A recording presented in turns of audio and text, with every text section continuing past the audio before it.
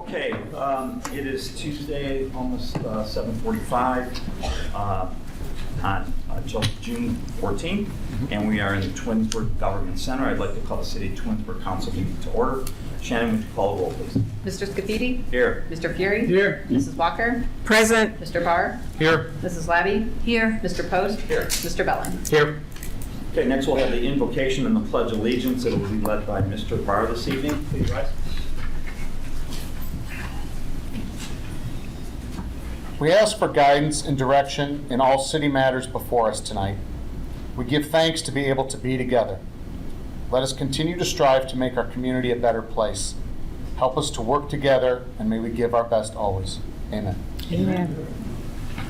I pledge allegiance to the flag of the United States of America and to the republic for which it stands, one nation, under God, indivisible, with liberty and justice for all. Okay, next we have the approval of the regular minutes from the May 24th meeting. Do I have a motion to approve those minutes? I make a motion that we approve the minutes as submitted. Thank you. Is there a second? I second. Mrs. Walker seconds. Any discussion, council? Call the roll, Shannon.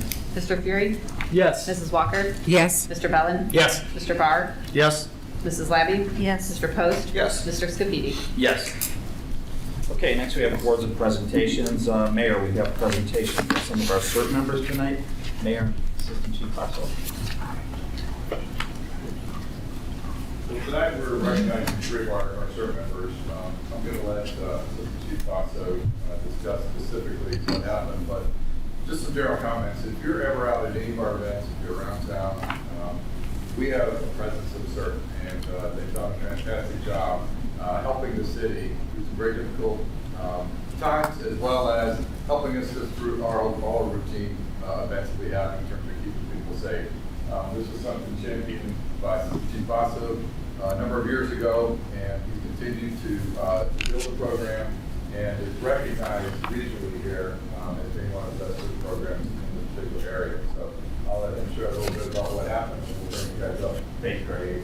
Yeah, you couldn't have said it better, but you're used to seeing certain members at the parade, they're maybe directing traffic, or maybe you're parking your car, directing it into Rockland Park, but what you may not realize is they're highly trained in a lot of functions, emergency functions. They guided us through, helped us guide us through the big microburst several years ago. They've been on several searches for people who walk away, and they continue to train. And that's the key thing, is to be prepared. And it's kind of ironic, because one of our members who's going to get honored tonight is our secretary. He always ends his email to be prepared. So I couldn't be more proud of the events from 3 weeks ago. Three members, Paul Bell, Nick Jachenko, and Phil White. You can make your way up here. We're on a bus trip to Dayton for an amateur radio convention. And on the bus, somebody fell ill in the front of the bus and was pulse active, not breathing, and no heartbeat. So there was another, I don't know if he medically trained on the bus, that started CPR. Right away, our members got up, and Paul was doing CPR, Nick just being ready to get in line, and Phil. They ended up rendezvousing with an EMS unit shortly thereafter. Time flies, probably had no perspective of time, but 31 years in EMS, I can tell you that when you're doing CPR, if they're not doing CPR when we get there, chances are really, really low that the person's going to survive. The person did survive. It doesn't have a happy ending. He only survived for a week, but that gave the family opportunity to get to the hospital. They ended up doing some more medical measures, and with the things being what they are, it did have a good outcome. But our members gave that gentleman and their family a fighting chance to say goodbye, or even to find medical measures. So I couldn't be more proud of this team. And we just resurveyed CPR in February. So, and just letting you know, when you're doing 120, that's a minute, try that sometime. Try it for 5 minutes. It's exhausting, and we lose perspective all the time. But I couldn't be more proud of the team and these three individuals for, as Paul says, being prepared. And he lives what he says. So, yeah. All right, Nick.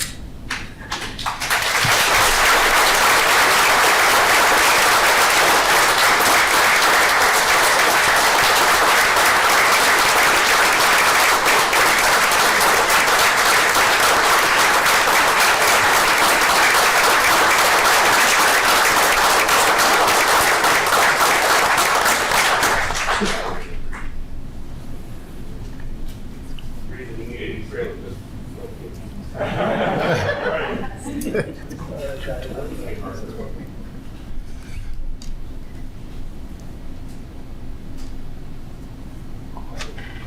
you again. Great job.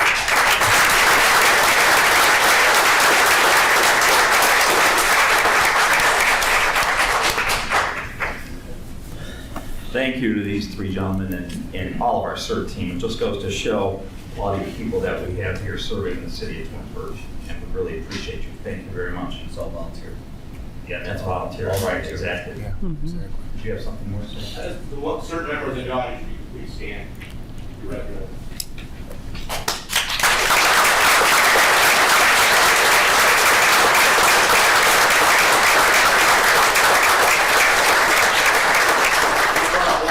A lot more, and if you're interested in joining the team, go to the website, get me up on the application, and we'll talk. Thank you.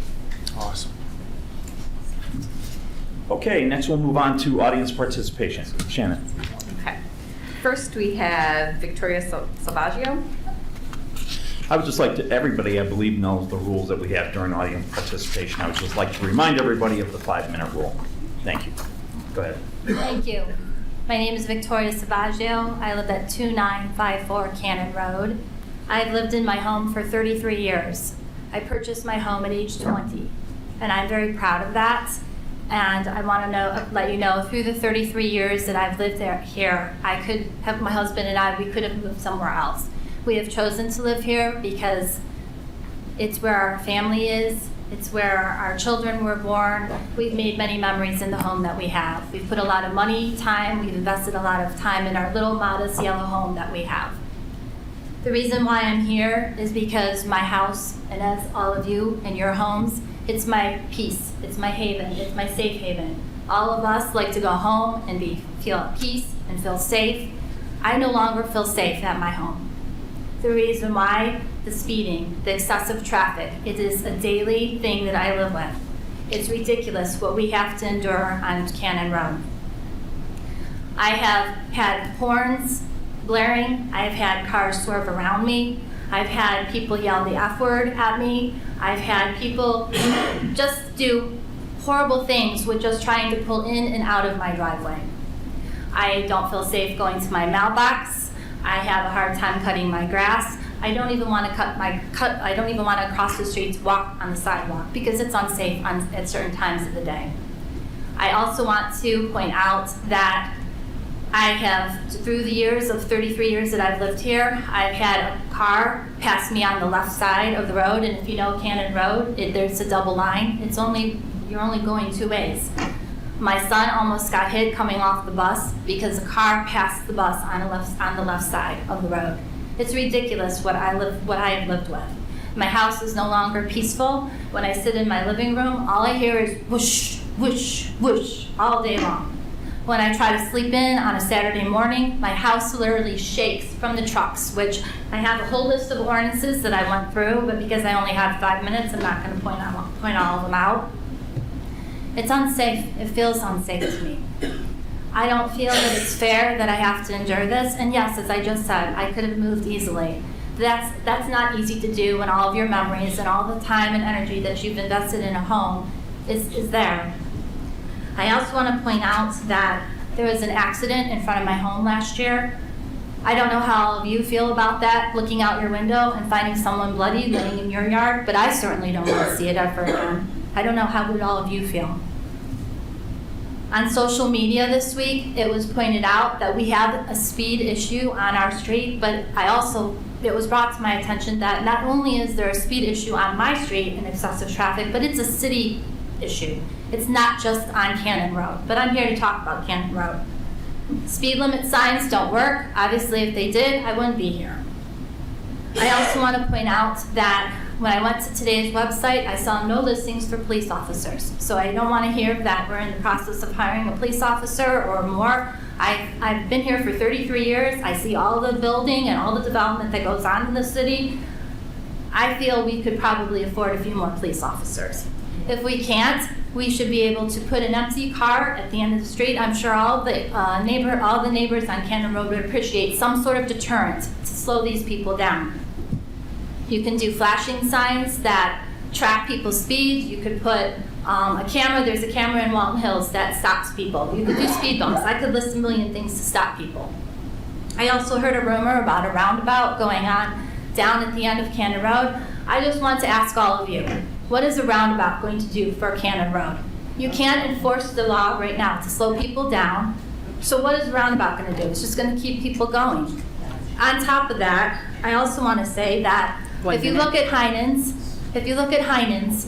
and the roundabout there, it's not beautifying our city. It's not appealing to look at. And I feel terrible for the individuals that have to look at that every single day. On top of that, and if this is a rumor, you can clarify that, I also want to say that more development in the vicinity of Cannon Road, I have to admit, up to now, 33 years, I've been raising a family, working and doing a million things. I've not been up on the zoning and all the changes that have happened in the city of Twinsburg. I put my faith in elected people that are sitting here and prior to you. I put my faith in all of you, that you are going to serve the community and you're going to serve me, because I want to remind everyone, you work for us, the people. On top of that,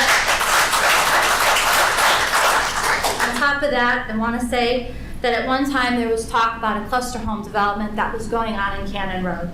And I believe this was, I don't want to get into the zoning and all the things that happened with that, but 45 cluster homes could mean 90 plus vehicles on our street. The thought of one more house, one more building, one development on this road or in the vicinity is increasing the risk of all the things the city has already forced residents to endure. We have endured the development on Jody Lynn Lane, where the vehicles spill out into Canyon Road. We have endured the developments that are right off of Liberty Road, that most of those cars take Cannon Road every day to their jobs and to wherever else they're going. Most of these vehicles use Cannon Road. Asking Cannon Road residents to endure any future changes, developments, anything, when the city is not already enforcing the laws already in place and trying to help maintain the level of tranquility that we all deserve. We all deserve to be peaceful, feel peace, and feel at peace when we're at home. It's wrong. We should not have to endure this. We are all, the residents on Cannon Road, we are all in harm's way. And I hate to say this, but I'm going to. All of the people that have been elected to serve this committee, you put us in harm's way, all of you. I thank you, and I look forward to what steps you will take to make sure that there is some sort of resolve to this so that we can have peace on our daily thing that we're doing, on our day pulling in and out of our driveway. And the last thing I want to point out is this. I know that you all have a tough job. It's never easy being in charge. You're never going to please everybody. I'm not asking, our speed limit is 25 miles per hour, which, as I said, I have all the ordinances listed here. I'm not going to take my time to do that. I'll go through and I'll come and talk another time. If someone was going to just go, most of us know we don't go the speed limit. If you're going 5 miles over the speed limit, that's 30. If they're going 7 miles, that's 32. I think most residents on Cannon Road would be fine with that. We have cars that have gone past our house at 60, so fast that you can't even see them. They're there and they're gone. That's crazy. Someone is going to get killed. There have been people on the street that have had accidents, and people have died on our street. I don't want there to be any more. And thank God my kids are now 27 and 24, and they no longer live their own. Well, one just purchased his own home. But I just want to say, I would not let my children play in my front yard. I wouldn't let them cross the street. I would be terrified that they're getting on the bus in the morning. I would have to be out there every single day, which I was when I first moved in, because Cannon Road has always been busy. But today's Cannon Road, it's a highway. I did not purchase a house on a highway. I purchased a house on a residential street, and that's what I expect it to be. Thank you.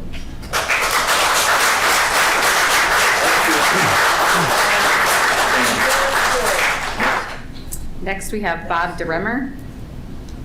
Yes. Yes. Okay. And next, we have Lynn Clark.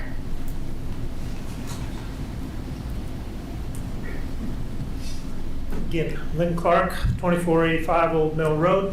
There were just a couple of points that I wanted to make and follow up. And Ordinance 117501E, do not restrict normal movement of surface waters. Now, this is also very closely aligned to the Ohio Revised Code, and there's 3 or 4 different sections, 61, 31, 33, 35, 37. And it's basically streams have to remain flowing in the direction that basically God put them. You can't divert the stream into a different watershed. You can't dramatically reduce the flow. This is the kind of stuff they used to have the range wars back in the old Wild West days between the ranchers and the farmers. Same principle here. Quality and quantity of water must flow to the same direction. The proposal in front of us diverts a lot of water up towards my buddy Jesse here. Jesse doesn't particularly want that water, but we do. Second thing is relative to 1171-09, the preservation plan. Building and road elevations shall be designed to minimize the changes in existing grade. Minimize. Now, what's been proposed all along is they want to fill up to about 20 feet. 20 feet is a stretch of the imagination to say that's minimized between the existing grade. Again, just a little reminder, Great Wall of China is only about 16 feet. This is taller than the Great Wall of China. Now, again, we've got other regulations that speak to harmonious nature, compatibility, etc. But I just wanted to point those 2 things out as we consider this resolution later tonight. Thank you. Thank you, Mr. Clark. Next, we have Brian Steele.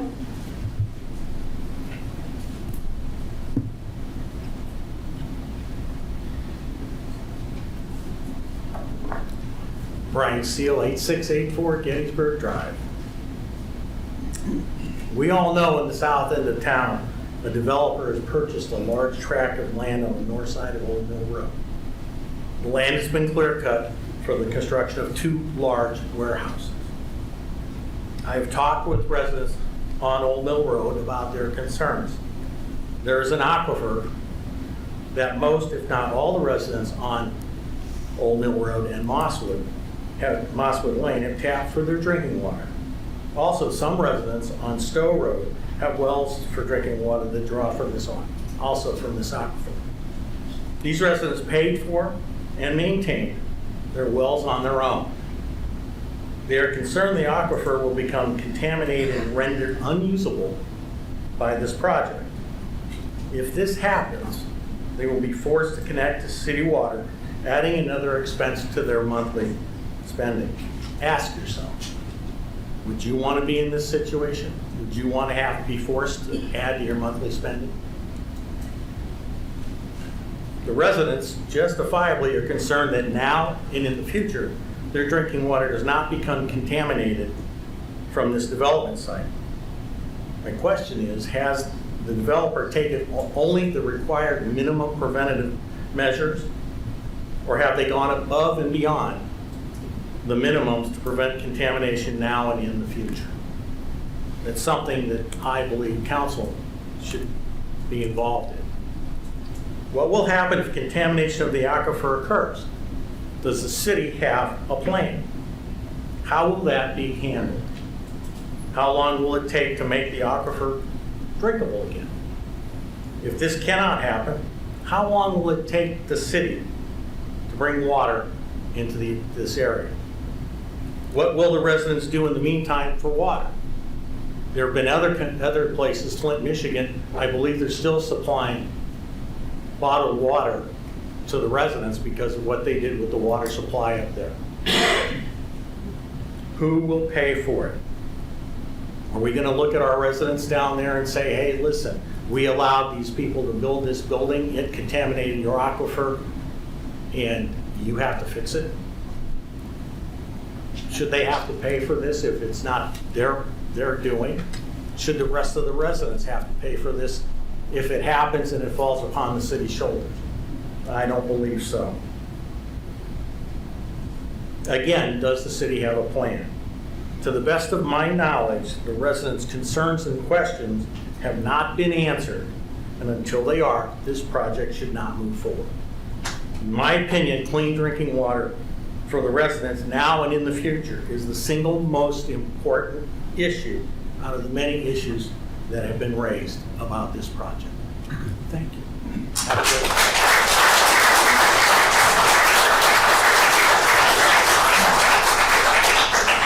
Next, we have Warner Mendenhall.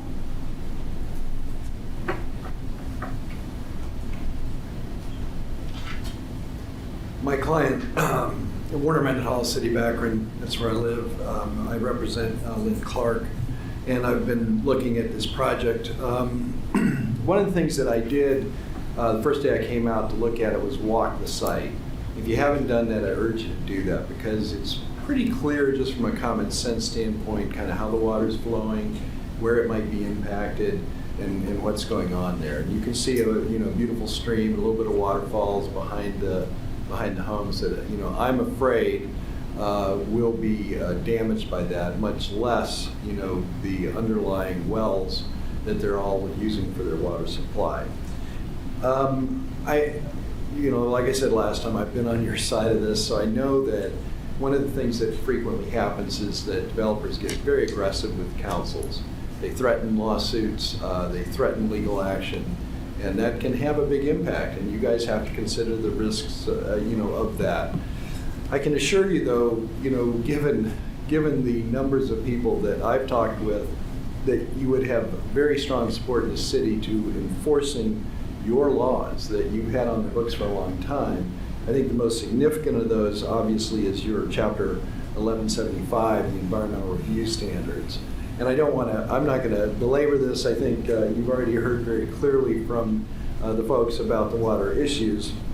But very quickly, that section of your code requires the natural hydrological flows to be maintained, water levels to be maintained, water quantity to be maintained, and water quality to be maintained. And my client has contracted with Dr. Jay Lair, to help provide the kind of thorough input and review that I think should be required of the developer. So that's what I want to say. Thank you for hearing me out. Thank you.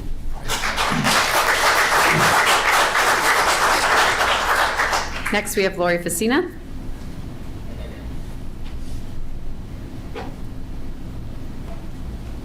Lori Facina, 2950 Historic Cannon Road.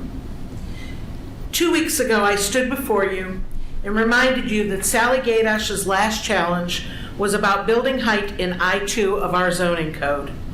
Before the ink was dry on that court ruling, less than 15 days later, a final site plan was approved giving the new FedEx building a go-ahead using the code that had just been struck down in court. This was the first in a series of fraudulent site plan approvals. Who was responsible for the green light? And the green lights that followed for 6 more buildings at Cornerstone. Now, 8 years later, and 167 acres at Cornerstone, we find ourselves fighting for the tax-paying citizens who live along Old Mill Road. City Hall seems to say to developers, whatever you need.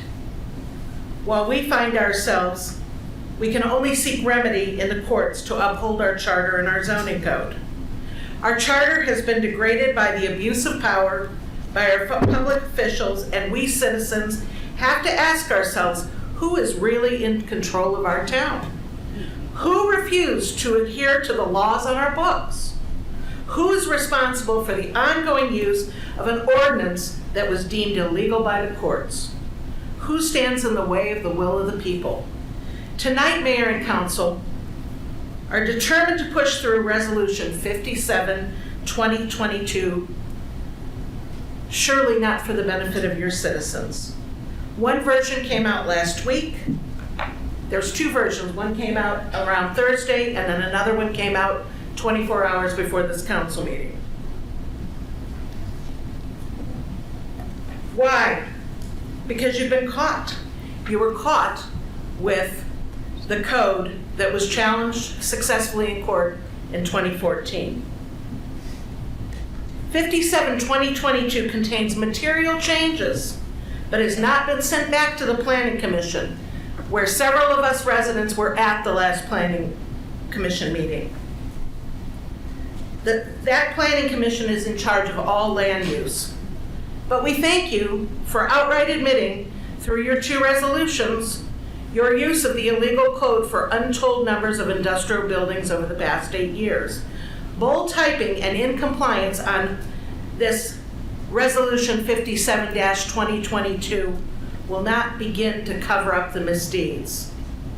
Misdeeds that include zoning codes that change on the fly, a shadowy government operation called the CIC that keeps acquiring properties for redevelopment, and a new comprehensive plan that stretches the downtown redevelopment further into more residential areas of Twinsburg.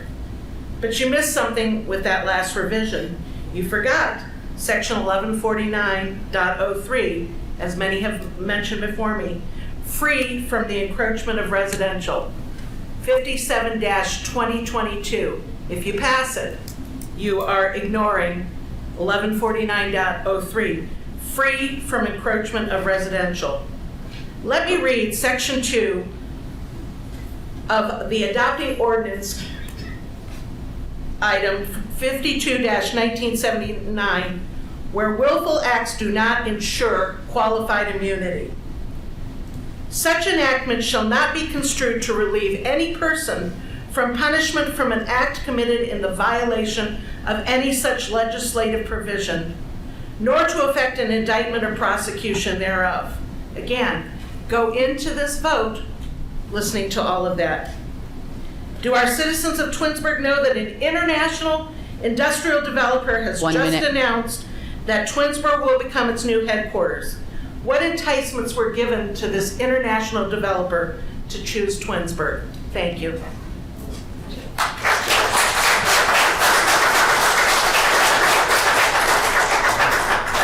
Next we have Sally Gaydash.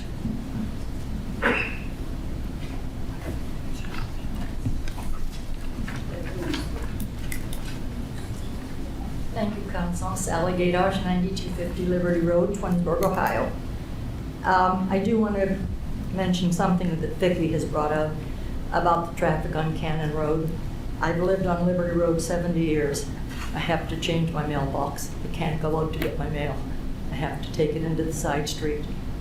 I mentioned it to my council person, the traffic, and she wasn't aware that it was that bad. It is terrible. There are no easements. There are ditches that are not maintained. And make no mistake, Liberty Road is a parallel bypass for Route 91. It is a bypass. And Vicki, I think we should go to the safety meeting. I think that's where we can take our concern. We have a park, 100 acres of parkland, and we're zooming down 60, 70 miles an hour. Kids are coming up and playing ball. They're not safe. There's nothing there to make our streets safe up there. Liberty Road is a disaster, and more homes were just built again. I mentioned the fact that from our last councilwoman, please give us a traffic study before you approve any more homes. Never happened. She didn't know what a traffic study was. So I'm telling you, we probably should go to the safety committee, ask them to consider reducing the old traffic on Liberty Road. And I know that some of the communities that have parkland, they have a 25-mile zone through the parkland area. So we could go from Post Road all the way up to Cannon with 25 miles. That'll stop the trucks. They won't be in a hurry to come here anymore. Thank you. But I do want to mention one thing regarding the, let's see, which glasses do I wear? Regarding the ordinance, you refer to a section that says, whereas the council wishes to confirm the planning commission's approval on the final site with the condition the project's building height will not exceed 35 feet without the later, get this, the later receipt of a conditional use permit expanding the same. That means that you acknowledge that 35 feet is the height However, you suggested at a later date, we can consider a conditional use to increase that. That may be something you haven't noticed. But I'd like to ask the law director and whoever's responsible for this, which section of the code are you using to grant that permission for a conditional use? It certainly isn't the code that we voted for, according to you, November the 8th, 2008. Extension of height is not granted to industrial buildings.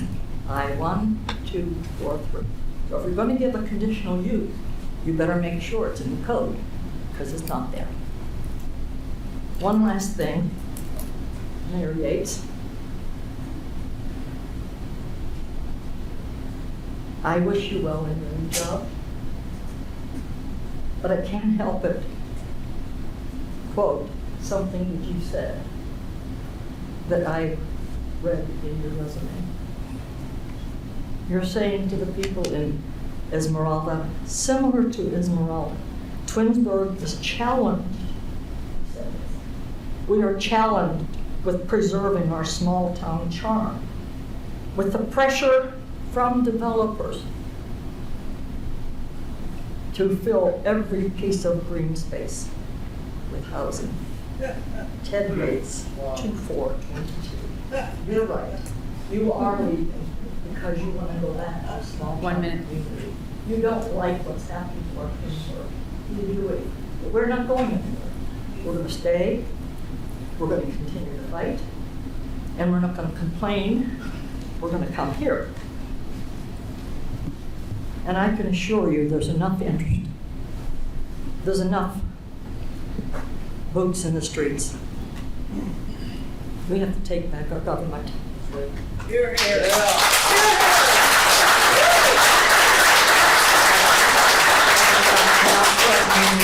As you said, David, we've all sat up there. We have a right to our government to have it represent us. And we don't have to wait for the next election.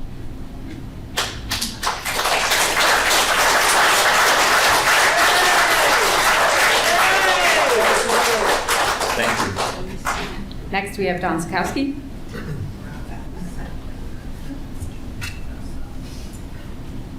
Hello everyone, Dawn Sikowski, 2445 Old Mill Road. Everyone in this room knows that my biggest battle has been the traffic. In 1992, the plans were drawn up, they were drawn right. Where it went wrong in the last 30 years, where something changed that's not known to anyone, is beyond me. The 2022 plans of this build and what's going on in Old Mill is wrong. It was right in 92, it's wrong in 2022. It's not safe. Common sense tells us all of that. If this is approved as is, I invite all of you to bring your kids and your grandkids and let them get on and off the bus with my kids, because it is scary. It was scary before this. Escalate that 75, 100 times. It's not safe. I don't know what all of us will do with our kids, especially those who have to walk across the street each day to get on and off the bus. We've been here for 5 months as a group asking for a better plan. We understand that they're going to build something. We've asked for a better plan. We've asked, number one, for the track to be diverted. We've asked for a building to be moved off of our water supply. We've gotten nothing from either of those. Those are our two big ones. Like, why are we still having this conversation 5 months later? You guys are here to protect us. You're here to serve us. You're here to work with us. And as of right now, I'm not sure what we're going to learn tonight, but we don't really feel protected. And I think that I'm not the only one saying that. I think everyone in this room feels we're not being protected by you guys. And we're here to work with you. You've given suggestions, but we don't feel we're getting anywhere. We're still here. Most of the city of Twinsburg knows what's happening. There's a lot of people who are not in this room that are on our side. They're aware. They're asking questions. They're learning. They're as concerned as we are without it affecting them directly.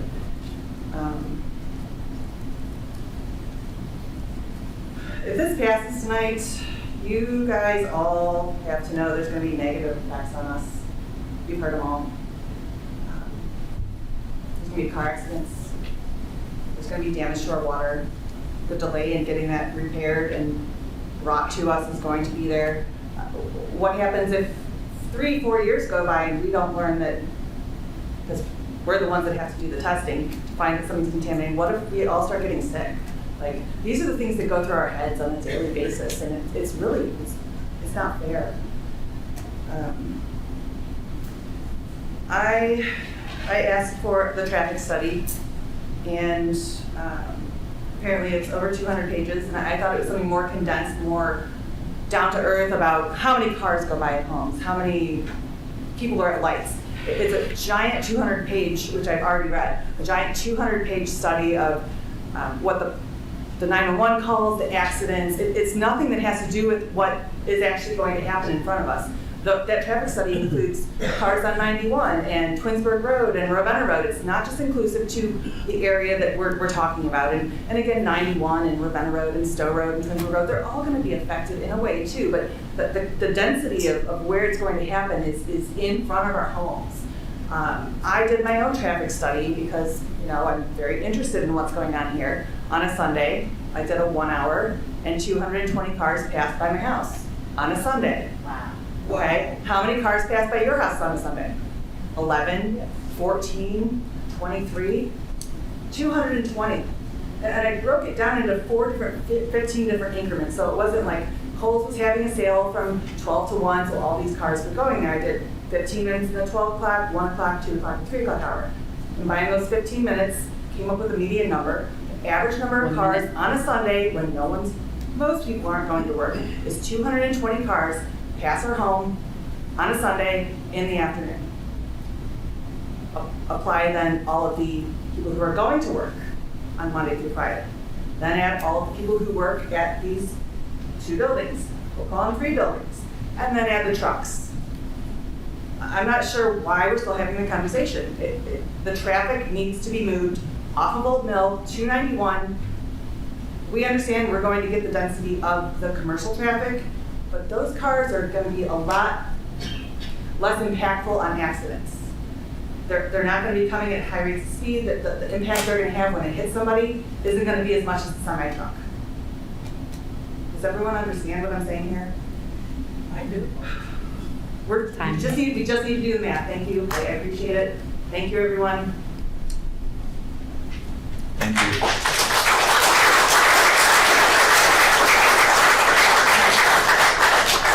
Next, we have Michael Turrell.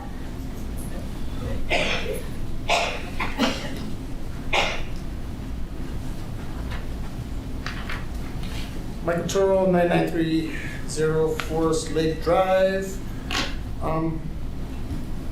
Did we drop the 3 people per subject rule for council meetings for public participation? Take up your time, Mike. I keep talking. 5 minutes. So, yeah, I mean, I don't know, I didn't hear that because we always hear that. So, whoever did that, that's good. Because we want to hear from the people, because that's what folks are there for, to hear from us. I was very saddened after we were told that it could be a First Amendment issue 2 weeks ago, and then you still said, okay, anybody that is not talking about gumbo and whatever. But I'm glad that is gone. I didn't know. Council rules changed at the drop of a hat, I swear. It's tough to keep up sometimes. Got 4 minutes left. Yeah, I mean, those are the rules that are made for the good of the community, the decisions that are made for the good of the community. I don't know how that helps us, but sure works to your guys' convenience when you need to. Tonight, let us strive to build a better community and to try to work together. That was in tonight's invocation. I get some real wisdom from prayer. I do. That's what I heard tonight. The last time was let us make decisions that are not self-serving. This time, let us strive to build a better community and to try to work together. That is all these people are asking for. Work with them. Answer their questions. Answer their emails. They've been coming here, as Dawn just said, for 5 months. How many of these emails, how many of these questions that they have that are not answered? Their concerns are not met. And we want to push this thing through for the convenience of the builder. This does not affect me one little bit, all the way on the northernmost end of Twinsburg, as these people are on the southernmost end of Twinsburg. But what's right is right, what's wrong is wrong. And whatever you do to the least of my brothers and sisters, you're going to do that to me too. And we need to work with these people. We need to address their concerns. We need to put a hold on this thing until all of these questions with the groundwater, with the surface water, with the traffic. There was a video on Roundtable today about a trucker who took 5 minutes getting out of the damn driveway. Oops, sorry. Out of the doggone driveway. I was warned. And that was just one truck coming out of Siffron. And you're going to have how many trucks coming out of this new project? It needs to be put over to Route 91 and traffic. As the Planning Commission stated back in 87, 89, and that's gotten lost, and that's come up a couple of times where the city's known about it and dropped the ball on getting the easement back from Siffron. Too busy with all this little CIC stuff in the center of town. But we need to take care of our people first. That's what we're supposed to be doing here. I'm just rehashing basically what I said earlier. Mr. Yates, I would like to say congratulations on your job as well. And I was inspired by Ms. Gaidash to take a few other lines out of your resume that you had in there, out of the 88 pages. That you said that this is my dream job, and I've been looking for something like this for over a year. That's great. I'm glad you found your dream job that you've been looking for all this time. I heard one of the department heads says, well, that makes a lot of sense. Ted's been checked out for a year. One of your department heads. I didn't say it. Then I also saw that you were in the final 8 for Naples, Florida city manager. So you were bound and determined to get out of Twinsburg. I don't think this was something that was brought to you as a gift from God more than a corporate headhunter, but good for you. You're moving on to what you want and what is good for you. I mean, 1 minute. There's a lot of canals and stuff down there. You should get a nice boat or something, you know. I would. I love boats. But you quit on Twinsburg. You quit Mr. on Terrell, us. no personal attacks. I'm not, okay. You got it? Thank you. That is a quit on Twinsburg. No, he didn't say that in his remarks. He didn't say that. No, you're saying His that. action- No okay. personal attacks, His please. actions are saying that to me. And I honestly would have liked to see some legislation drawn to take away the $25,000 discretionary funding, because that can just go as long as he's here. They have a term for presidents. When they lose and they still have the rest of their time, they call him a lame duck president. It's essentially what we have right now. And council needs to be stepping up and making more of these decisions. And we need to move our city into a new direction there, where we represent the people and start standing up for the people first. Thank you. Keep Old Mill.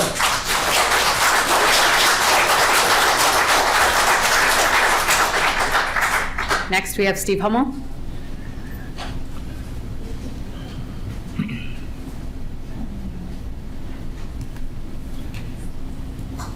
Everybody, World Council, Mayor, Law Director. My name's Steve Hummel, 2500 Old Mill Road, 44236. Well, we're going to speak on Gumbo. On the way up here, I was coming up 91. They cleared all that lot there right by Mosswood Lane. I was curious. I saw them dropping the trees after March 15. I thought tree clearing was supposed to be done between November 15th and March 15th. Anything after March 15th that interfered with the bat migration. See, that's all about the tree preservation plan. That, you know, they got it in time at Old Mill, but there's a lot of things. I think there's an application that needs to be filed with the engineer's office about doing the preservation plan and tree clearing. And we have yet to see that for Project Gumbo. The actual application that the developer was supposed to give to the engineering department. We haven't seen it. It may be out there, but we have not seen that application. So, and I've talked about this a couple times. We have talked to the developer and talked about different plan ideas about how it may be best for the residents to use that site. And so we are amenable to development if it fits within the ordinance. And personally, I feel that this is an abuse of the land, and I've brought that up before. An elm tree on that property was probably the second biggest elm tree in Summit County, like a 38-inch elm back there. That's a big elm. So anyways, enough of that. But what I'm addressing, and I reviewed the stormwater management plans for Project Gumbo, and I am an agricultural engineer which specializes in soil and water. I have a bachelor's degree from the University of Kentucky. I have a master's degree from the University of Kentucky. I did my research on erosion control, built a 50-foot flume to stochastically model erosion. So I'm very well versed in this aspect of engineering. I wrote a 27-page report to the design engineer's work. Now I see in the resolution here, there's some things up there which I wish Matt would have had it up, but anyways, they talk about proposed developments in this resolution, 96K, and then also everybody knows the cornfield or soybean field that Bissell does. Now, I didn't get a response from the city engineer, which, whatever. I know what I wrote. I know it's grounded in engineering fact. The way this was modeled does not take into account upstream development. They proposed to route all the flow through that basin in the back corner. Now that modeling assumption was done based on the fact that it was still going to be meadows in a cornfield.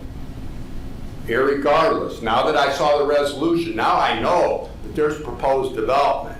Now if you're going to do a development, you need to know what's going in upstream from an engineering standpoint, so you can model that.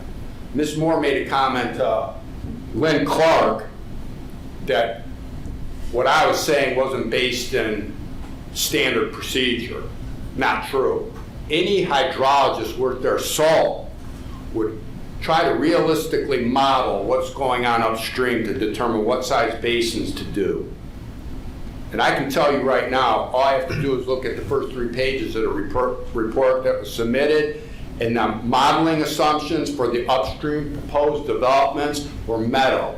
That right there, that needs to be questioned, and that's why Lynn Clark has been asking for the engineering notes. So we can see if the engineering department in the city took that into account, because according to the calculations, it's not there. The other thing I wanted to bring up was the issue of stormwater management easements on that basin. Now, Chet Store and Kevin Brown own property adjacent to where they're putting that basin. They're discharging onto those people's land. It's not graded into the plans properly, the way I see it. It's just drawn.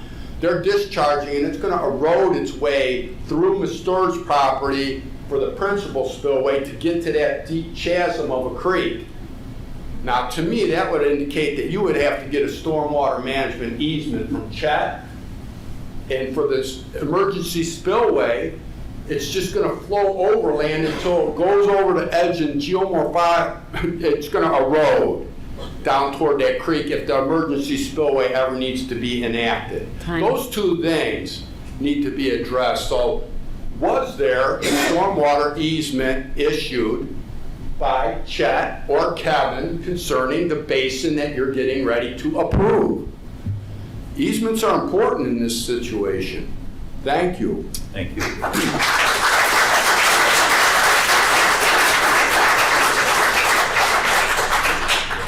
Next, we have Matt Epley.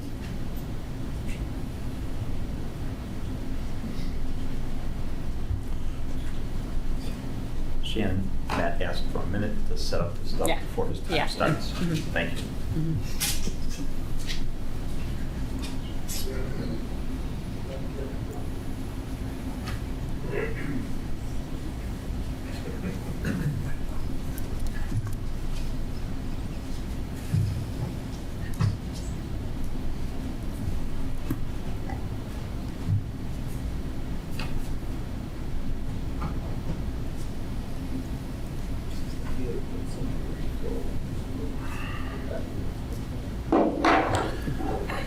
honorable council, and elected officials and staff.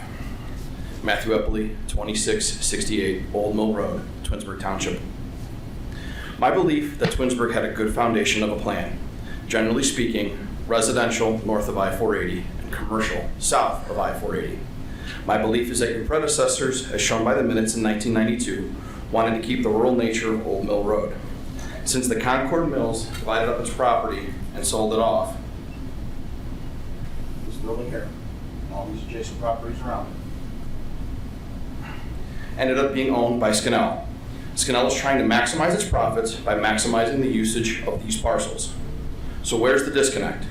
The Concord Mills building, now Sifron, sits approximately 450 feet from Old Mill Road. Old Mill being here, building being there. It looks like it belongs there. The city officials took their time to ensure that it looked appropriate and not ruin the nature of Old Mill. Your zoning currently allows the new building to be 50 feet from Old Mill. Just for reference, if I were to build a new house on Old Mill in the township, the minimum setback is 100 feet. I believe the ability of this project to proceed is the culmination of many small city errors along the way, now being thrown in your lap. If the city would have put the road in initially in 1992, north of the Sifron building, up here opposite Summit Commerce Park South, like it was suggested and discussed, one of our main concerns could have been avoided. If there were better zoning regulations between the borders of industrial, commercial, and residential areas, especially where those with ground accumulated water in their home's water source, this all could have been averted. The turning lane onto Old Mill from Darrow Road heading south is 120 feet long. This section right here between Summit Commerce Park and Old Mill. A semi-truck is approximately 70 feet long.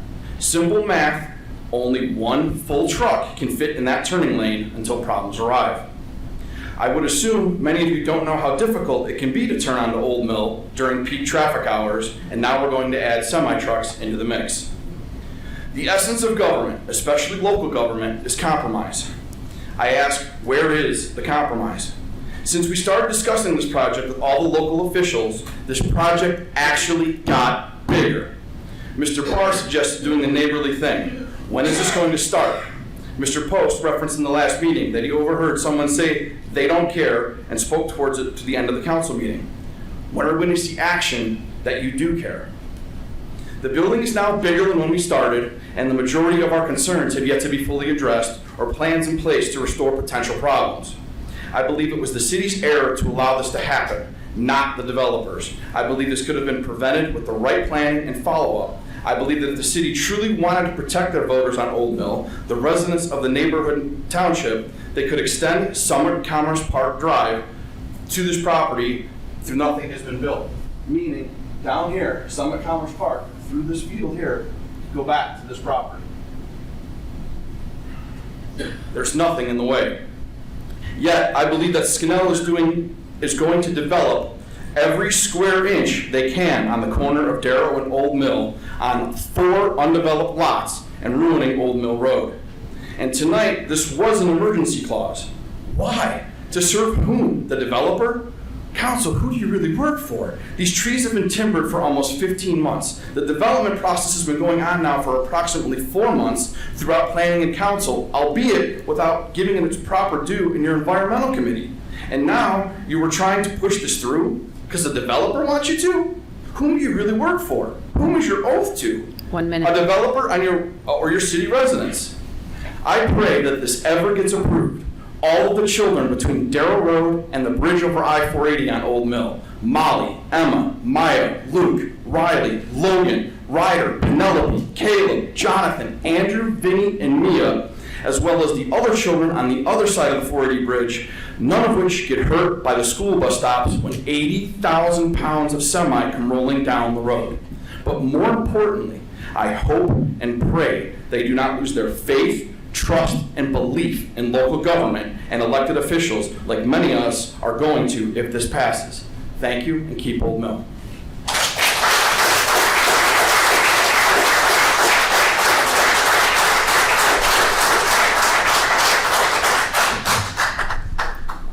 That's all we have this evening.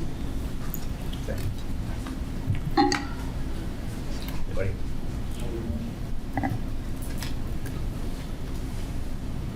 Okay. Then we will move on to Council Communication Committee reports. Mr. Post. Just a couple things here.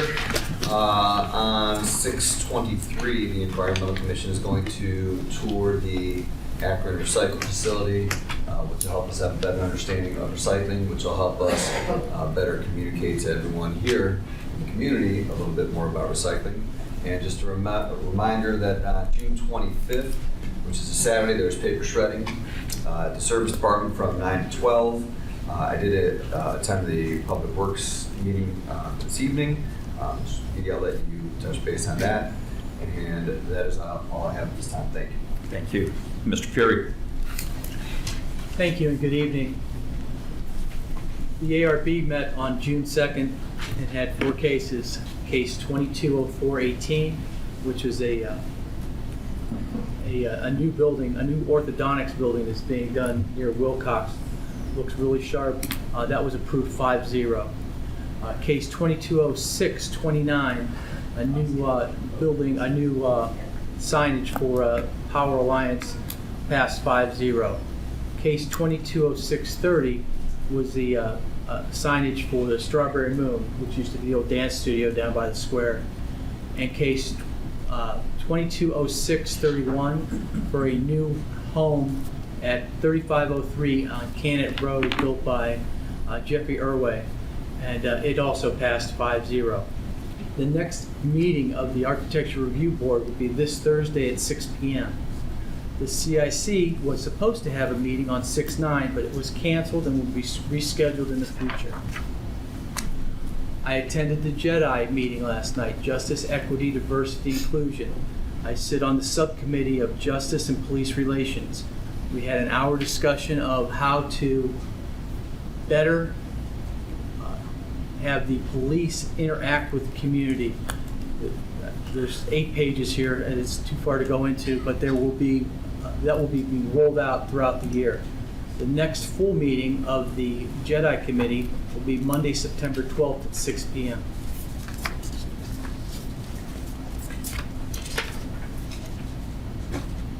The Victorian golf outing has been sold out. I would like to congratulate Brian Donato.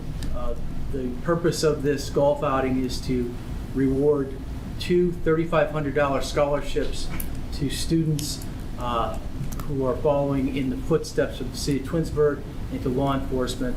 And also a $1,000 scholarship is awarded to a senior at Lake High School in Uniontown, where Josh McTerrian went to high school. Again, Brian Donato did an outstanding job of filling this, and he's been running this for a dozen years. There is a blood shortage in our community. The Red Cross is going to have a blood drive at the Hilton Garden Inn tomorrow, 7 a.m. to 7 p.m. They're actually donating special refreshments, take-homes from the Cleveland Clinic, and a $10 courtesy card for Suburban Propane. It takes about a half hour. It doesn't hurt. I'll be there at 8. And they will also be at the Hilton Garden Inn on 8/31 and 12/21. Please, if you're interested in giving blood, you can go on the Red Cross site, and they'll list multiple areas where you can go. Our Community Hunger Center, just as we talked about gas going from $2 to $5 a gallon, our food costs are rising also, and it's affecting our Community Hunger Center ability to serve the most needy in our community. They're located at 9733 Ravenna Road, Suite G. Their phone number is 330-963-FOOD, 3663. If you can donate or hand canned goods to them, it'd be very much appreciated. Mark, can you put on the presentation? We had an earlier meeting with our gas aggregation group, and this would be, since we had, I think in 2006 there was a significant issue with gas wells and oil wells in the Gulf that drove prices up to $15 an MCF. I would like to tell you how to look and shop for the best price that you can. This is a Dominion Energy electrical bill. Most of you in the highlighted area on the midsection on the left, that is who you are getting your electricity from. Dominion Energy is the pipeline, but you can have multiple people supply it. So what's important about that is their phone numbers there. If you're going to switch suppliers, you should call and find out when your contract ends. Because if you're not within 90 days of your contract being ended, you will probably get up to $100 to $150 early termination fee. Mark, you go to the next slide. I would tell you that the best unbiased way to compare both electricity and natural gas is to go to the Ohio Energy Apples to Apples website. For electricity, Mark, you go to the next slide. That's gas. Just a second. Go back one more. For electricity, we are a part of NOPEC. NOPEC has got the best price available to us now at 24-month fixed at $8.80. If you go on to Apples and Apples and look at what's out there now, that's the best deal that you can get today. Both electric and gas pricing is lower in the summer than it is in the winter. The other electrical options were in the $10 to $12 range. Again, NOPEC, we are a member. You can call them with the 800 number that you can get just by Googling NOPEC. And again, look on your bill, find out where your contract ends, see where you're at. Energy prices are just like gas. I paid $3.99 last 2 years, and I'm going to pay $8.80 for the next 2 years because energy prices are going up. Next slide, please. For your gas, again, the highlighted area on the bottom right side shows you. Shows you where the electric is. You need to contact that supplier. Phone number's on your bill. Find out when your contract ends. And Mark, go to the next one. This is the apples to apples for gas. Right now, the best deal that I see on this board is the $655 24-month fix for Symmetry. The city has a deal currently that's going to expire in October that's at $282. Right now, that's the best option for a fixed rate. And I would tell you that you would like to be on a fixed rate better than a variable rate, because a variable rate will be almost twice that in January and February when you're using the peak amount of gas. Most of your gas, 75 to 80%, is done in December, January, February, and March. We will most likely continue with a gas aggregation program so that those people that are on it that don't get off get a fixed price, but we have not struck a price as of yet with them. I would also highly recommend that if you're not on a budget plan now, which I was not, that you consider going on a budget plan, because your energy prices are going to go up 150% this year, and your winter bills in gas in particular could be significant. You use between 120 and 130 MCF a year, but again, the majority of that's in those winter months. So please, check your bill, call your supplier, find out when your contracts are, and use apples to apples for both electric and gas. And the city will announce a plan, but again, the best price out there for electric for the Twinsburg community is in NOPEC right now. That's all I have. Thank you. Mrs. Levy. Thank you. Good evening. The districting committee met May 31st. Shout out to the members who worked very diligently to try and even out the wards. They even brought in a secondary focus on making sure everybody was even with apartment complexes. The next meeting would be June 21st at 6 o'clock in Chambers. I also attended the Jedi meeting last night. My subcommittee is the city employment. I had the opportunity to work with the new HR director, Kelly Perez, and Crystal Davis and Andrea Stone, and I believe our inputs will create positive changes. The next meeting will be Monday, September 12th, 6 o'clock in Chambers. Twins Days will be meeting tomorrow. As of right now, there are 734 registered twins, and it's fast approaching the August 6th, 7th festival time. They wanted to mention that there'll be a cornhole tournament for everybody in the city, not just for twins. So anybody who'd like to participate, registration is by 10 a.m. on Saturday morning, August 6th. Parks and Recs, next meeting, June 23rd, 6:30 in Chambers. That's all for today. Thank you. Thank you. Mrs. Walker. Good evening, everyone. I also attended the Jedi committee meeting yesterday, and that stands for Justice, Equity, Diversion, and Inclusion. We had a very good meeting. We broke out into sessions, and mine was community awareness. So we will be going out into the community and talking to people like you. If you want to become involved in this, it's a great program to be a part of, to get the city of Twinsburg back together again, and to be kind and to help and understand your pain like you'll understand our pain and what we're trying to do. We're doing this for the betterment of the city of Twinsburg. Our next meeting will be in September, and it will be on the website. This coming Thursday, I will be attending an ARB meeting, and I will report that at our next council meeting. Thank you. Thank you.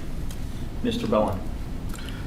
Thank you. Good evening. I attended this evening's Public Works meeting. I'll let Mr. Scafidi report on that. The next Public Works meeting will be on Tuesday, November 8th at 6 p.m. here in Council Chambers.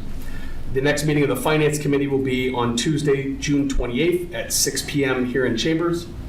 The next meeting of the Safety Committee will be on Tuesday, July 12th here in Council Chambers. And the next Golf Advisory Board meeting will be held on July 19th at 6:30 p.m. here in Chambers. Nothing further. Thank you. Thank you. Mr. Barr. Good evening. Thank you. Since our last meeting, none of my committees have met. I believe there was a planning commission tentatively scheduled for the 27th of this month that has been canceled as of now. Not canceled? The meeting is still on, but the agenda. So the next planning commission meeting will be June 27th, which is a Monday, 7 p.m. in council chambers. As Mr. Bellin, the next public safety meeting is July 12th. That's all I have this evening. Thank you. Okay, under the Public Works Committee meeting, which met earlier tonight, there were a few items that we talked about. Amy talked about the RFQs. Those are requests for qualifications. There's a few of those. There's 3 projects that she's going out for RFQs, and that would be for a traffic engineer to assess the current signal system throughout the city and make recommendations for upgrade and prepare for technical materials for grant applications. Our system is, our signalization system is aging throughout the city. I believe she said it was somewhere between 32 years old, around 32 years old, and it's time to take a look at the whole thing and upgrade. The next project was the wastewater treatment general engineering services contract to look at plant upgrades for the plant, as well as a 3-year service contract for that plant as well. Third one was the service department service garage. You know, the service department, they've been operating out of that same service garage for several years, as long as I've been around Twinsburg, and it's really antiquated and outdated. So we're going to be looking at just doing a study on that to see with regards to the service garage and where we could possibly put one and what could possibly come of it from that point on. So those were those three items. Then the Summit Metro Parks proposed a way of, it's called finding signage, and this was requested by the Metro Parks. They had some samples of signs here that they'd like to install. They're going to create them and put them up throughout the city to direct us to the Metro Park area throughout the city. So they wanted a little better signage.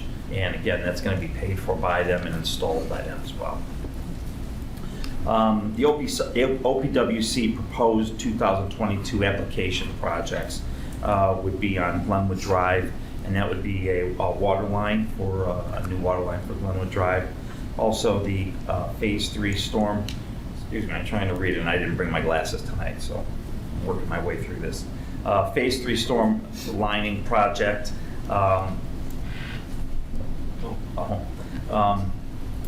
Which with limits from Timothy and Hawkins intersection to Glenwood Drive as well. Next, we had upcoming bidding, which would take place after our summer recess, so this would be sometime after August. And she's looking at sanitary sewer laterals for Glenwood, Phase 2 storm sewer lining, and also obtaining quotes for a small fall planting of 30 to 40 trees, which we're doing a spring planting, and she's looking at doing something for the fall. Current update on some of the projects that we have going in the city. Ravenna Road is underway already, as everybody can see. That's already started. The railroad tracks, we have 91, we're looking at Route 91 and also Glenwood Drive. I believe those dates were the 8th of July as well as the 13th of July to start the Glenwood Drive one. Route 91 will start first. And those projects, weather permitting, will take approximately a week. So there'll be detours posted at that time. Street striping, we're doing street striping, that's going to be done at night. And due to budgetary constraints, we're only doing this year, we're doing just the long lines. So you'll see the center lines done and the edge lines done. And basically that's it until next year. Then we'll look at doing crosswalks and stop bars and arrows and the only signs. White Oak Boulevard, that will begin pavement removal in Phase 1 will begin. Like I said, Ravenna Road already started, and then Cannon Road the project date is between July 7th and August 31st. Completion would be approximately 3 months after the start. And that's it. That's what we went through in the Public Works Committee. And the next meeting will be, I believe it's November 8th. Yes, that will be November 8th. The Board of Zoning Appeals has not met, but next meeting for the Board of Zoning Appeals will be the 22nd of June at 6:30 right here in the council chambers. And that's all I have under my report. Next, we have the mayor's report. Good evening, everyone. Just a couple of things still going on in town. We still desperately need lifeguards. We've got our pool open. They've done a fantastic job Memorial Day weekend. Everyone's enjoying that, but we're still, like other communities, looking for lifeguards. So if you know anyone, please refer them to us. Memorial Day, I'd like to thank the VFW again for organizing the Memorial Day Parade and the event that occurs on the square. That's really a special event that happens here in Twinsburg, and I want to thank all the residents for coming out and attending that. The road program is underway, so you've got Dayflower, Ethan's, Killingworth, Abrams. Those are all underway or are going to be starting soon. So if that's in your neighborhood, just be aware those are going to be going on. And then lastly, we, on a very short notice, was made aware that the state biennial budget was looking for potential projects. So there's a lot that goes into that particular capital budget. Part of it comes from Nature Works that allows for community-based projects to be applied for. And we put together a narrative to submit for the redoing completely rebuild of the bathroom at Glen Chamberlain Park, and replacing all the playground equipment, and then also we're doing culvert work near Rock the Park as well as ADA access to the concert. And we were fully funded on that. We asked for 50% on approximately a $675,000 project, and were awarded the full 50%. So that's good news for Twinsburg. Hopefully council budgets for that and follows through with that next year. I think that would be just great to have that particular area redone. So, but we do have some great funding for that. And that is about all I have this evening. We do have a couple of department reports. Chief?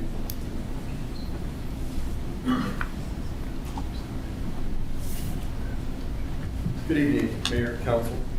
For the month of May, the fire department responded to 315 calls for service. That brings us up to a total of 1,567 for the year, which is about 23% ahead of the pace from the same period last year. During the course of the month, we also completed 68 fire inspections, 60 of those in the city and 8 in the township.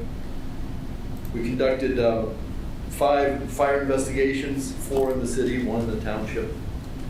And we completed about 100 different training sessions, totaling 534 hours of training on various fire and EMS-related topics. One notable event was a working structure fire on East Aurora Road on May 31st. A commercial industrial facility there had a small fire in the back of the building. It was quickly contained. We appreciate help from Hudson Fire Department, Hudson EMS, and Macedonia on that. There was impingement on some holding tanks that held some hazardous materials. But we got some consultation from the Summit County Hazmat team along with the Ohio EPA, and it was rendered safe, and the company was taking care of the cleanup of that. Nothing left the site as far as any kind of contaminants. We have a lot of projects in process. Probably the most significant still ongoing is hydrant flushing. Again, between the city and the township, we have about 1,900 hydrants, and we're about 30% done right now. So we continue to make progress on that as weather permits and the coal volume allows us to. The fleet we've been struggling a little bit here in the last couple of weeks with keeping some ambulances on the road. And unfortunately, the service department's been struggling with finding the parts to fix our vehicles. So with the supply chain issues, that's impacting us a little bit, but fortunately, we've been able to get most of the trucks back on the road. With engine 1 is in Macedonia at a body shop getting some warranty paperwork completed. And on the staffing side of things, we continue to interview part-time candidates as we try to bolster our roster there so we can supplement our staffing from day to day. And lastly, I wanted to recognize Lieutenant Marcus Kettner. He this spring completed his bachelor's degree in fire administration from Bowling Green State University. Just want to acknowledge his efforts in that regard, and just appreciate all he puts into the service of the community. That's my report for this evening. Thank you, Chief. Thanks, Chief. Thanks, Chief. And now I'd just like to introduce our new Economic Development Director, Rebecca. So if you want to just come up and.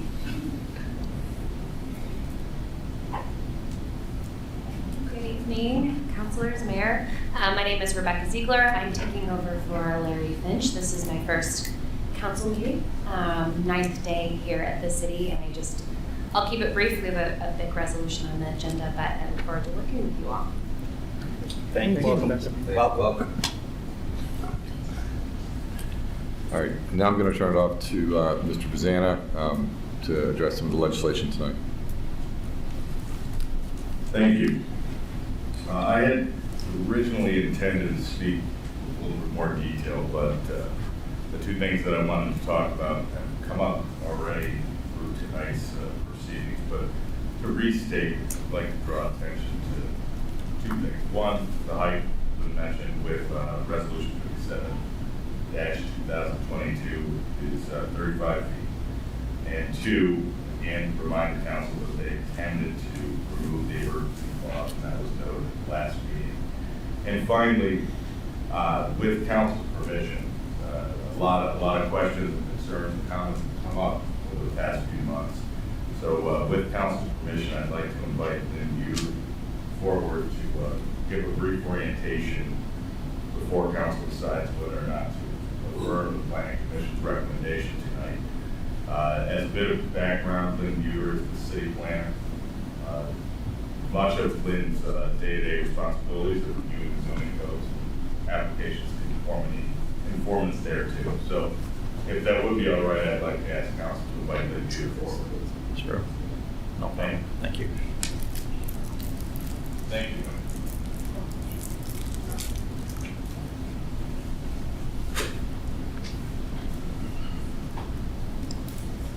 Good evening. Before I go over this summary, I would just like to just make a couple comments. One regarding the emergency clause. When the resolution request was submitted, I established an emergency clause with the thought that this site would be graded this summer, that grading would be started, and the sooner that grading would be started, the sooner this site could be stabilized this fall. So the emergency clause was really intended to allow for a longer period of site stabilization. I'm sure Mr. Hummel can explain why that's important. That wasn't meant as an attack. Wow. All right. Oh, I'm not attacking. I just feel like you all believe he's a credible source, and I think he would support that comment that the sooner the site is graded, the more time that allows for stabilization of the site. Excuse me. Excuse me. Mrs. Muter has the floor. Lynn, are you going to talk to the crowd or are you going to talk to us? You need to speak with us. Okay, thank you. I apologize. The other item I'd like to just mention is that a couple folks spoke to the language of free from the encroachment of residential uses. I think that there's some misunderstanding regarding that language. What it's really meant to control is the encroachment of residential uses onto industrial sites, not vice versa. Please. I'm sorry. I live directly across from where you want to put this entrance. If you're going to sit there. I'm sorry. Excuse You're me. not going to encroach my personal property. Excuse me, sir. Sir, you don't have the floor. Go ahead, Ms. Exactly. This is. Go ahead, Mrs. Muter. The language is in the industrial district language, and it protects the industrial district from encroachment by residential uses. It's not a subjective, it's what it says. Okay, so I'm just going to move on from that. What I have here is a summary of the planning report that you received. I'm just going to go through the list. All of the items that are typically reviewed during a site plan that is considered by Planning Commission are itemized here. The first one being the zoning and the comprehensive plan. Distribution and warehousing facilities are permitted in the I-2 district by right. There's not an action for rezoning requested as part of the site plan. This is a permitted use. The proposed project is also consistent with our comprehensive plan. We looked towards the objective of attracting and retaining industry and business investment. This project meeting that goal. Lot area, width, and building coverage are in compliance. We allow for a 40% building coverage of a given industrial lot. The coverage of this project is at approximately 35%. Minimum lot width is required at 200 feet. We're at 1,000 feet. Again, it's a 34-acre site. We require 1.5 acres for a viable industrial site. The building and parking setbacks are in compliance. As stated earlier, there's a minimum front setback of 50 feet at this location. The building side setbacks required are 25 feet, 100 feet from a residential district boundary. The rear setback at 50 feet. Off-street parking setbacks are 50 feet in the front, or otherwise known as the building setback, and the side setbacks at 25 feet abutting a residential district. Building height, we've gone over that. Just noting that additional building height beyond what is reflected in the site plan that has been submitted would require conditional use with increased setbacks.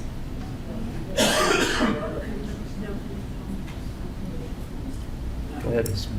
Off-street parking, the parking dimensions and aisles are in compliance. Trees and vegetation, a clearing plan was submitted to the city and to Summit Soil and Water. Again, I believe those documents were provided in the various records requests. If they were not, just please ask for them from me. I have those. Tree cutting was permitted in 2021 pursuant to the deadlines associated with bat migration and nesting. And then the last one on this slide is wetlands resources. That is in compliance per U.S. Army Corps of Engineers. 2.3 acres total right now have been permitted for fill. And the purchase of credits has been made through the Army Corps of Engineers. That total dollar amount has been indicated from the Corps. The next item, groundwater. There are recommendations that have been made by the Ohio EPA have been incorporated into the site plan.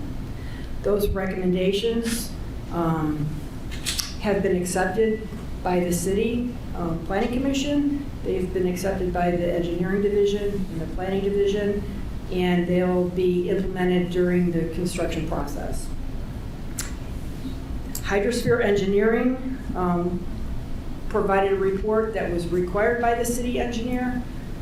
Amy Moore is not a hydrologist, but required a hydrology report as part of this process. Utility extensions are in compliance. The water line will get final approval through Cleveland Water. The whole project is designed with a forced main sewer within private easements. Stormwater management, also in compliance, as well as the required SWIP and submission to Summit Soil and Water. The stormwater calculations submitted by residents have also been reviewed by our engineers. And yeah, those have not been found to be in keeping with the engineer's model, typical model for reviewing stormwater management plans. We have a long-term maintenance agreement as required. The traffic impact study was requested as part of this project review. That has been adopted by the city engineer and Summit County engineer relative to improvements on Old Mill Road and the intersection of Old Mill and 91. There's 3 access drives associated with this project. The applicant is permitted 1 access drive for each 200 linear feet of frontage. This has a frontage of 1,000 square feet. The truck access driveway will be constructed to allow for only left-hand turns off of the site, and the roadway will be widened at the project site location.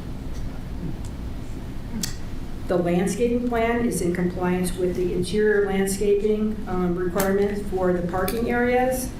It has building foundation plantings as required. It has buffers at the residential boundaries and has the required site trees required by our code. Fire has reviewed the site plan and found it to be in compliance. We've received the photometric plan indicating downlit LED lighting. No light trespass is required per our code. That means 0 foot candles at the property lines. In summary of that, I'd like to say that planning, engineering, and the fire department staff reviews have found that the site plan is in substantial compliance with the city use, site plan, land disturbance, and other government regulations. The Army Corps has permitted the proposed fill. The Ohio EPA has been a great review partner to the city. They have approved the proposed project with recommendations. Those recommendations have been accepted by city staff and planning commission and the applicant. Summit Soil and Water has approved the current stormwater pollution protection plan, and they'll continue to partner with us through the construction portion of the project. Again, we requested a traffic impact study, we received that. We requested a hydraulic report, and we have received that. The findings of these studies are supported by the project design, and Planning Commission saw fit to approve this project on May 16th.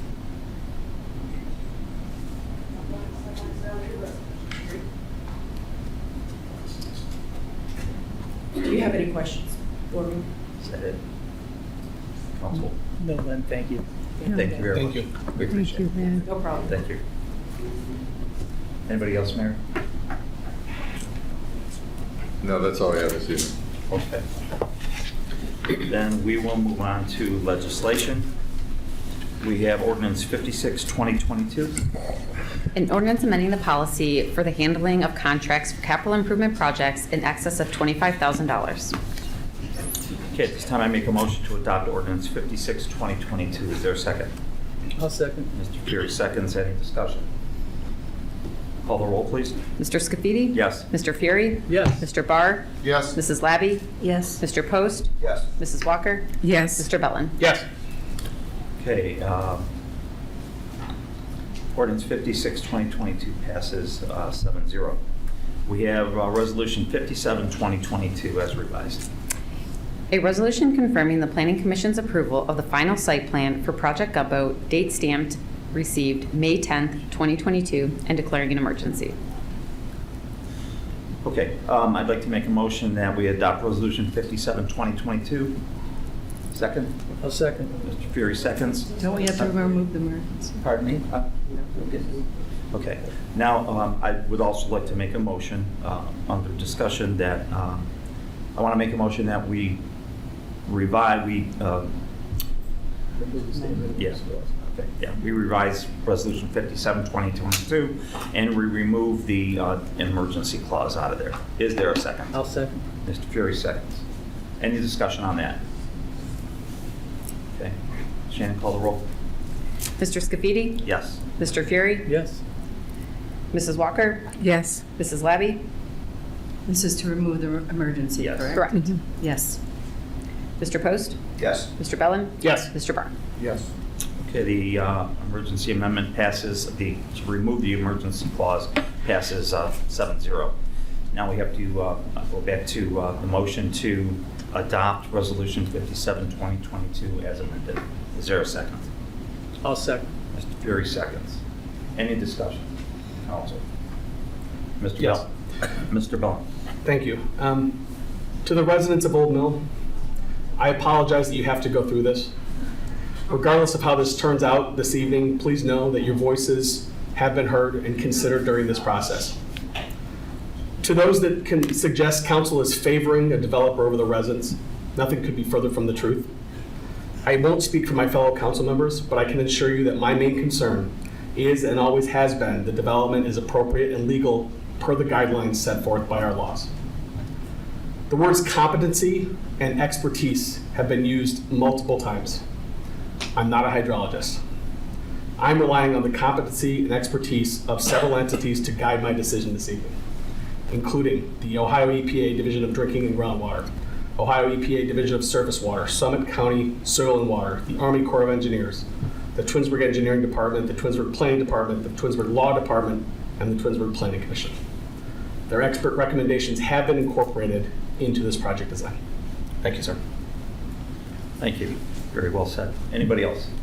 Mr. Scafidi, it was brought up tonight about the building height and conditional use permit. I'm undecided. I mean, if we are going to stick with the 35-foot height, I mean, I think that's kind of what this is. Is this something that requires further discussion? I'm being asked to make a decision based on a 35-foot height that may be able to go back to planning for a conditional use for 45-foot height. So to me, the 35-foot height is 10 feet less impactful. And again, we're talking about impact. I guess that would be a Mr. Bazant question. I require some clarification. Yeah, I think that's a great question. Up to 40 tonight is 35. Period. Okay. You're not, the decision tonight is not to say, oh, well, 35 feet, but I think they can come back and get more. The decision is to do it pursuant to the code. Code allows 35.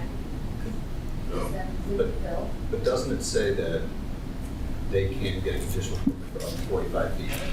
When they change their grade, does that? Let me ask Mr. Zan. yeah, but that's a separate, a conditional use process is an entirely separate proceeding that would involve going to a planning commission, the commission ruling on whether or not a conditional use certificate can be released, and then that would have to be again approved or affirmed by the council, and that question isn't before the council.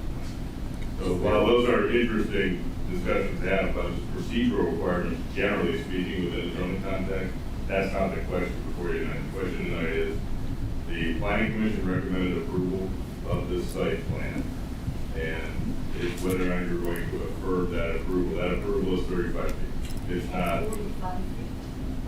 not 41, it's not 39, it's to code, it would be 35 feet. So that's a great question. That answers my question. That answers mine as well. Thank you, sir. Anybody else? Shannon, call the roll. Mr. Scafidi? Yes. Mr. Fury? Yes. Mrs. Walker? No. Mr. Bellin? Yes. Mr. Barr? Yes. Mr. Post? Yes. Mrs. Labby? No. Okay. Resolution 57, 2020 passes 5-2. Okay, next we have ordinance 61, 2022. An ordinance adopting the tax budget of the City of Twinsburg, Ohio for the fiscal year beginning January 1st, 2023, and submitting the same to the county auditor. Okay. I want to make a motion to adopt resolution 62, 2022. May I have a second? 61. I'm sorry, 61, 2022. That's an ordinance. That's just the first reading. Okay, I'm sorry, first read. Resolution 62, 2022. A resolution authorizing the mayor to enter into and execute a renewal agreement on behalf of the City of Twinsburg through Love Insurance Agency for the purpose of liability and property insurance through the Ohio Plan. Okay, I make a motion to adopt resolution 62, 2022. May I have a second? I'll second. Mr. Fury seconds. Comments? I'll second. I'm sorry, go ahead. Shannon, call the roll. Mr. Scafidi? Yes. Mr. Fury? Yes. Mr. Bellin? Yes. Mrs. Labby? Yes. Mr. Barr? Yes. Mr. Post? Yes. Mrs. Walker? Yes. Okay, resolution 62, 2022 passes 7-0. Ordinance 63, 2022. An ordinance amending the current year appropriations for the general revenue account as established in Ordinance 15, 2022, the appropriation ordinance for the City of Twinsburg for the year 2022, and declaring an emergency. Okay, at this time, I'd like to make a motion to suspend the rules and place ordinance 63, 2022 on its third and final reading and declare it an emergency. May I have a second? Second. Mrs. Walker seconds. Discussion on the emergency. I just want to try and get all three projects moving forward as quickly as possible for the appropriations. Okay. Anybody else? Call the roll, Shannon. Mr. Scafidi? Yes. Mrs. Walker? Yes. Mr. Post? Yes. Mr. Fury? Yes. Mr. Barr? Yes. Mr. Bellin? Yes. Mrs. Labby? Yes.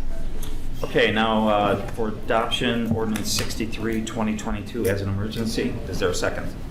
I'll second. Fury seconds. Okay, any discussion on that? Call the roll, Shannon. Mr. Scafidi? Yes. Mr. Fury? Yes. Mr. Bellin? Yes. Mrs. Post? Or Mr. Post? Happy birthday. I'm gonna hear about that for a long time. Yes. Mrs. Labby? Yes. Mrs. Walker? Yes. Mr. Barr? Yes. Okay, ordinance 63, 2022 passes 7-0 as an emergency. We have resolution 64, 2022. A resolution authorizing the mayor to enter into a memorandum of understanding with the International Association of Firefighters, Local 3630, on behalf of the fire captains and declaring an emergency. Okay, I'd like to make a motion that we adopt resolution 64, 2022 as an emergency. May I have a second? I will second. Mrs. Labby seconds. Discussion. Call the roll, Shannon. Mr. Scafidi? Yes. Mrs. Labby? Yes. Mr. Post?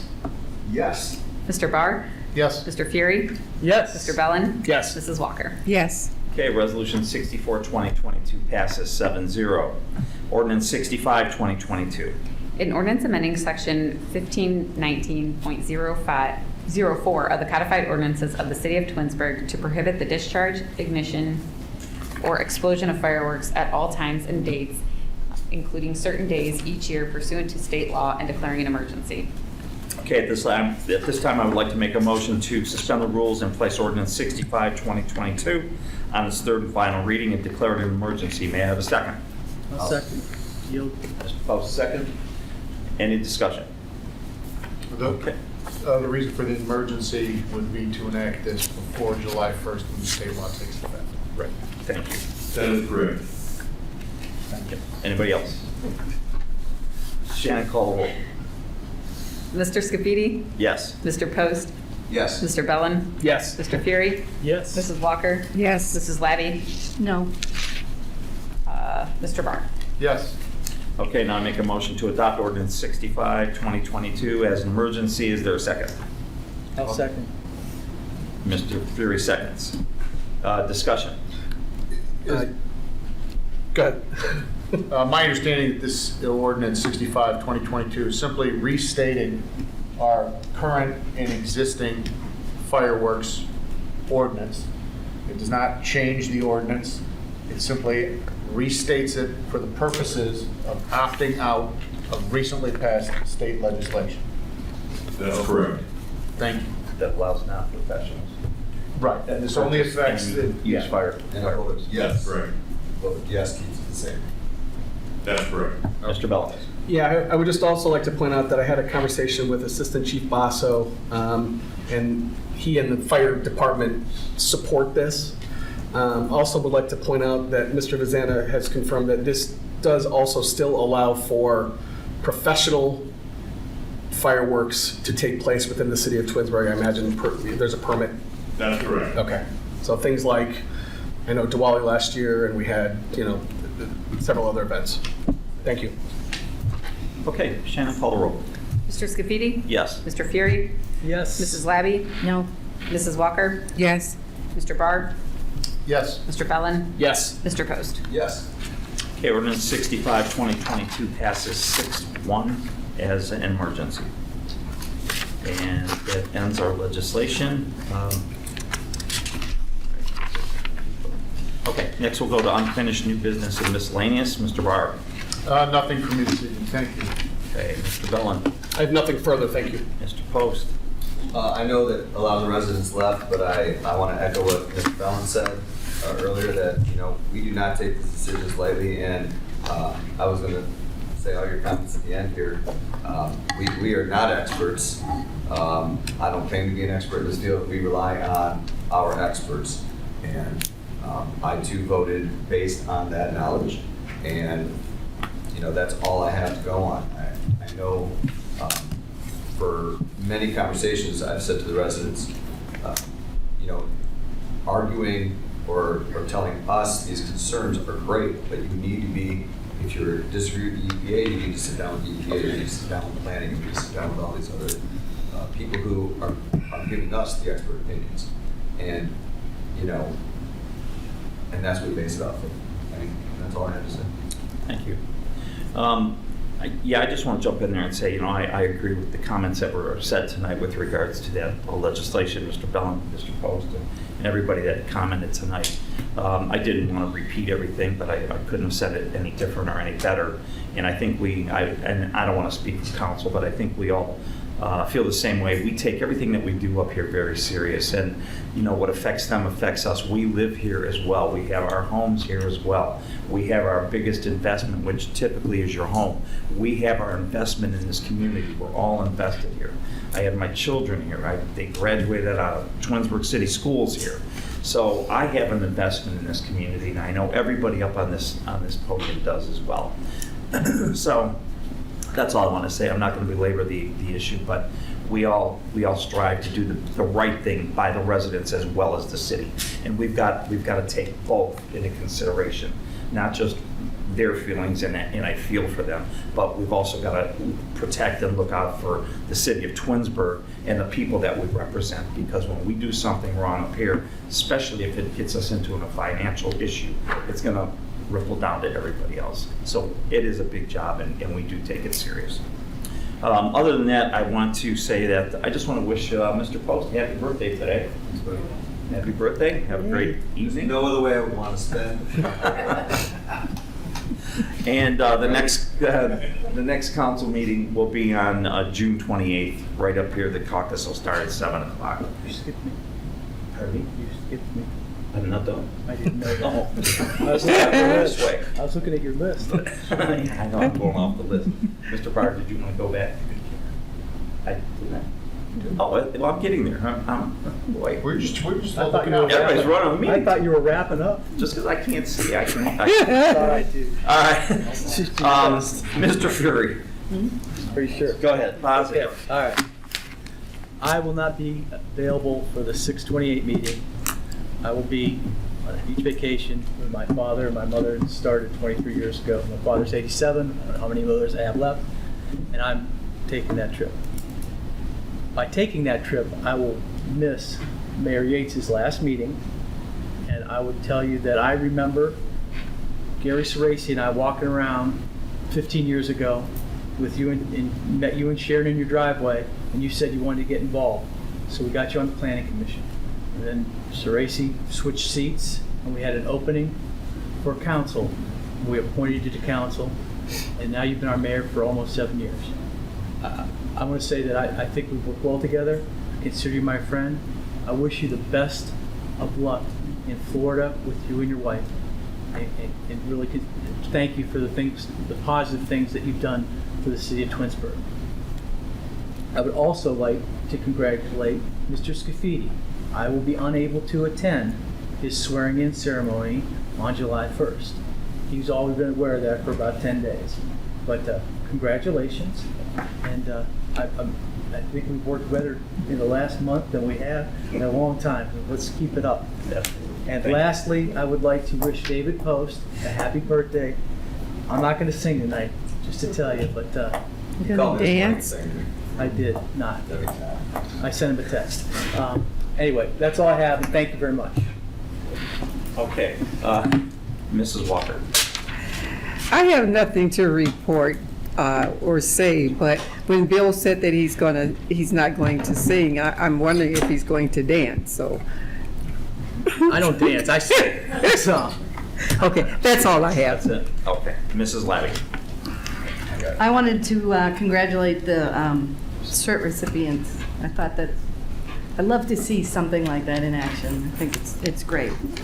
I wanted to kind of explain why I voted no, because as I talked to the chief, I think it's ridiculous in the state of Ohio that we can go to Hudson and all buy fireworks and say we're not going to light them off when we do. I don't like the lie. I don't like the game. I just think it's ridiculous. It's not my state doesn't do that. We're live free or die. We do everything. So let's see. Mr. Post, happy birthday. Enjoy your ho-ho. Thank you, Ms. Riley, for the cupcake.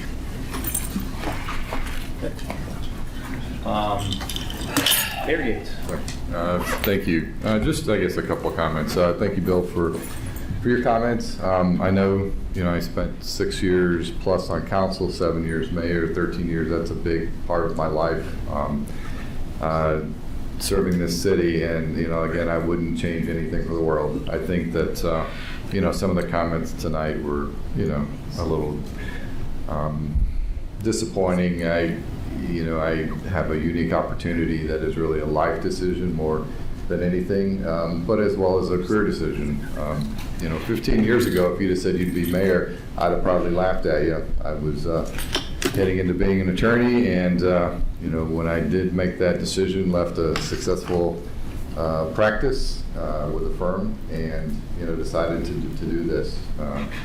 And so to be able to, I guess, make this type of change as well as make this professional change was a really unique opportunity for me to be selected from a national search. So I tremendously love this city and all that it's done for me and my family.